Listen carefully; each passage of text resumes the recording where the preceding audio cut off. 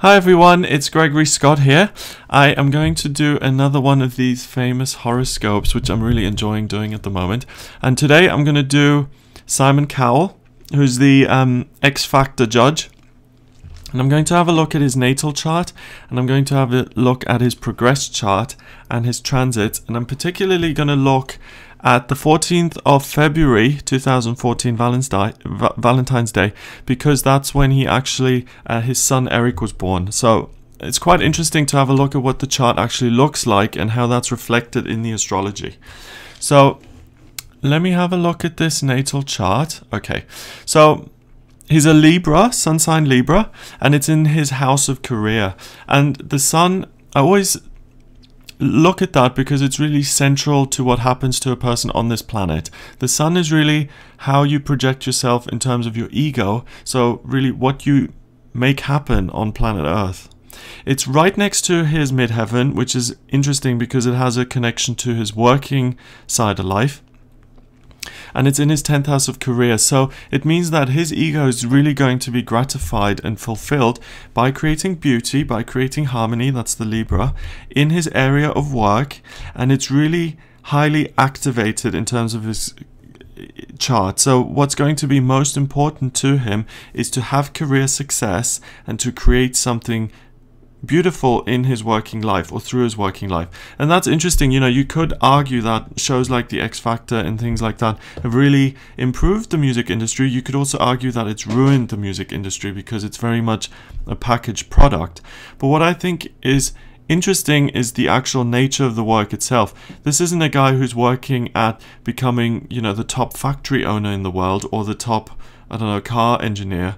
He's working in a creative, artistic environment, and again, it's that Libra side of things. So working to become the best in the field of creativity, of, you know, musical talent, artistic expression, all of those things. So that's really interesting. His rising sign is in Sagittarius. He sees himself as a pioneer, as someone who's passionate, who's fiery.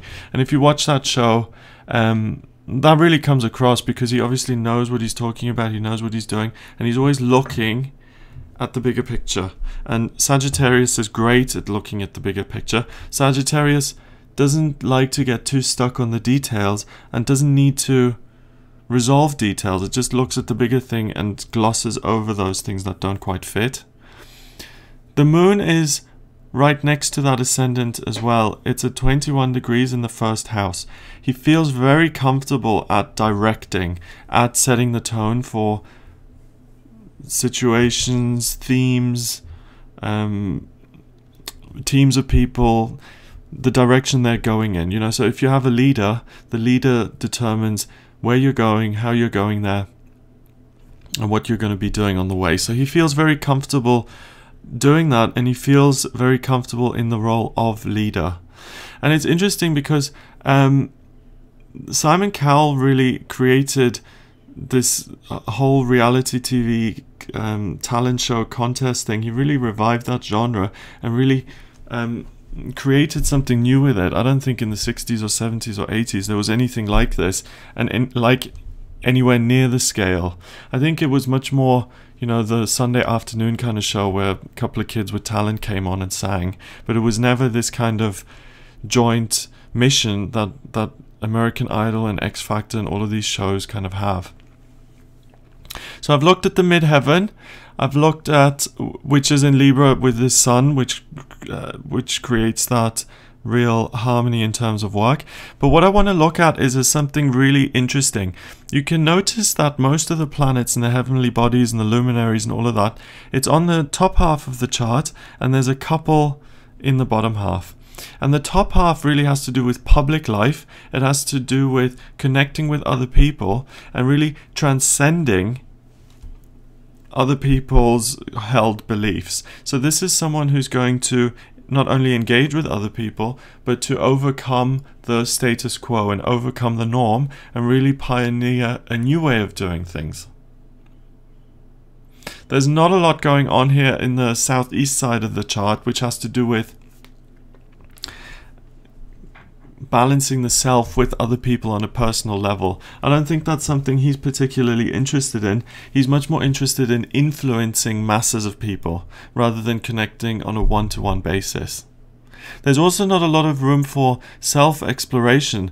If anything, there's a real ease and comfort with the self, and an almost sense of I can do no wrong. You know, a real sense of I am really confident. I'm not going to question my own judgments or doubt myself or anything like that. I'm just going to do it. So it could be that Simon Cowell has been wrong his whole life, but because he never tapped into that frame of mind, you know, he never went for the self-doubt, he never went for the crippling low self-esteem. He just acted, he pretended to know that he was the expert, and I think everyone else has just picked up on it.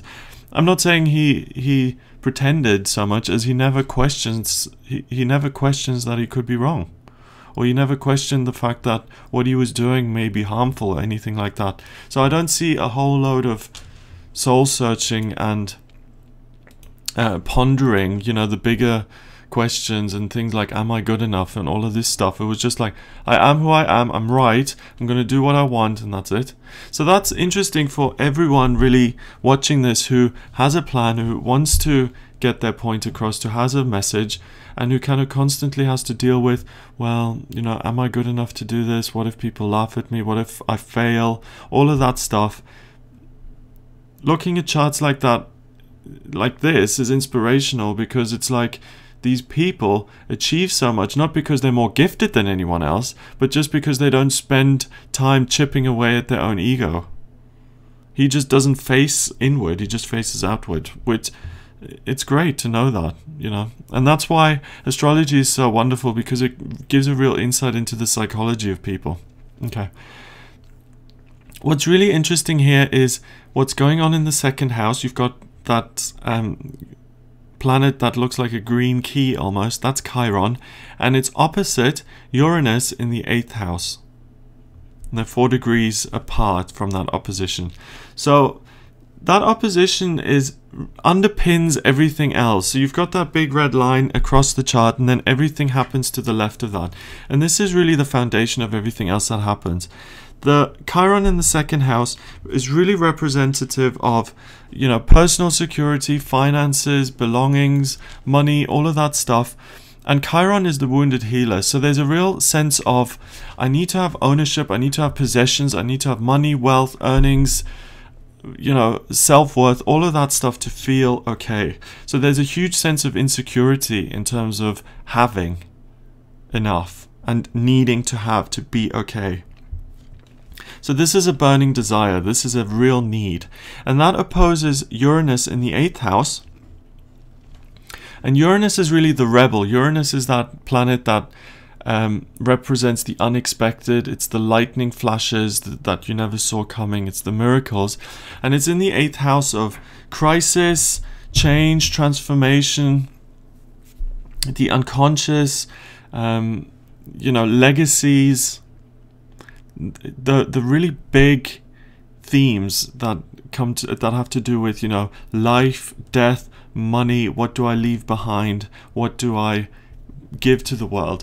And whenever there's an opposition like this, there's a real friction between these two entities, and the insecurity and the need to have financial safety, and that real unconventional eccentricity in sort of leaving something behind, leaving something bigger, that'll really give him the energy and the drive to create something and to go out into the world and to really make something happen. So this is a person who's driven to succeed and to have success in his life. This isn't just someone who says, you know, it'd be nice to create an empire and to create a new reality TV kind of genre, but, you know, if it doesn't happen, then, you know, whatever, I'll do something else. This is someone who says, there's a gaping abyss facing me, and if I don't succeed, I'm going to fall in and it's all over.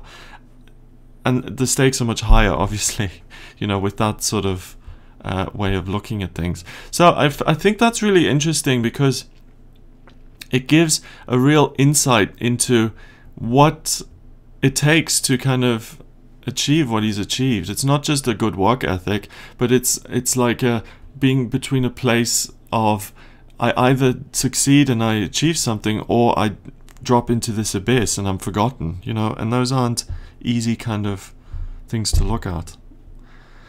So the next thing I want to have a look at is now this tri-wheel chart, which you can see on the screen.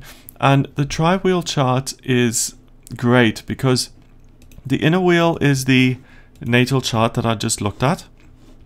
The middle wheel is the progress chart, where his natal chart is now, so how his personality is really advanced over time.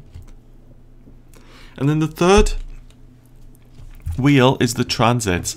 And I just want to go to February 2014, on February the 14th, when his son Eric was born.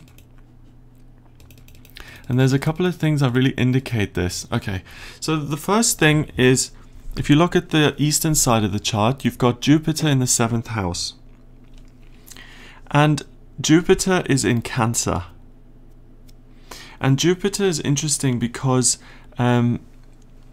it's the expansion, it's the growth, it's the addition, and it's the giving of new life. It's the, you know, the never-ending process of growth.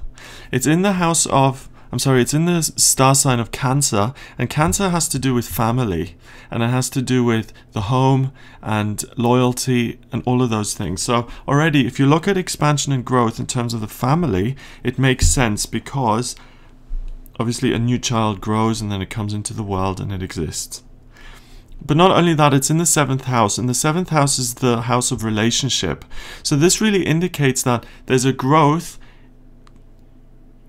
you know, in terms of his partner. So if you're looking at this, it could mean that his partner is pregnant and, you know, gives birth on this day. I wouldn't, if I'm reading a chart, I would never predict that today you will have a child, because Jupiter moves very slowly and it's in there for a while. You know, it's not just there for this day. So it's interesting because the theme is there at this period, but I wouldn't be able to pinpoint it to that day just from looking at this. The other thing that's interesting that kind of struck my attention, or you know, made me look, was on the other side of the chart you've got Saturn in the 11th house, and that's in Scorpio. And the 11th house is hopes and dreams. Scorpio's feelings and security and the emotions. And then Saturn is structure, authority, a framework, so, you know, a family. And it could be that his hope and dream is to have a family one day and for that to become a reality. And because Saturn is in that 11th house, it does become a real thing in his life.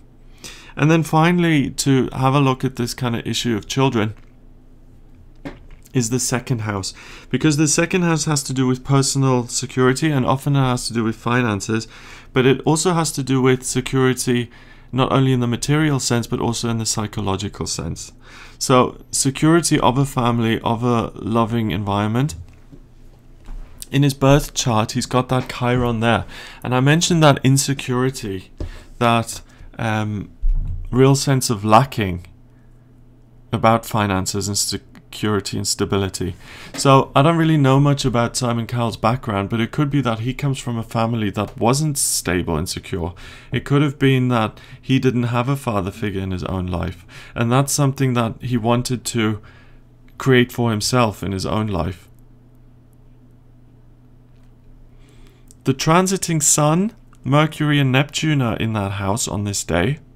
And usually when I look at the transit, I just look at the outer planets, but because I'm focusing in on one day in particular, I'm going to look at all three. The Sun is really what energizes you. Mercury is communication, and Neptune is the dream, and it's in Pisces. And the dream really corresponds with hopes and dreams of the 11th house, and that Saturn being there. Both in water signs, so having to do with the feelings. So there is real things that you can pick up in the chart to indicate and to see how the birth of this child today really affects Simon Cowell.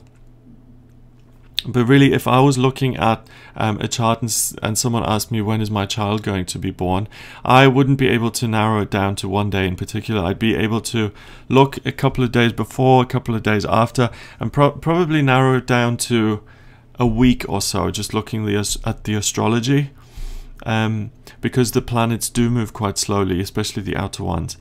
But if you combine that with the tarot, which is very much able to pick up on energies as they are on a day-to-day basis, you can use both tools together. You can say, you know, I'm looking at the birth of the child here coming within a week or so, and then to combine it with the tarot cards, you can narrow it down to a matter of days. And that's really a wonderful kind of predictive tool or tools to have at your disposal. So that's great. I'm not going to have a look at what's coming up for Simon Cowell. I just wanted to have a look at really that situation with the birth of his child. But I think it's interesting to know what kind of themes you can actually discover just by looking at someone's chart. Okay, I hope you found this interesting. If you've got any questions, just leave a comment. And if you'd like me to have a look at your chart, then have a look at my website, which is gregoryscott.com, and just click on readings and see what kind of readings I offer on there. Have a great day, and I'll speak to you soon.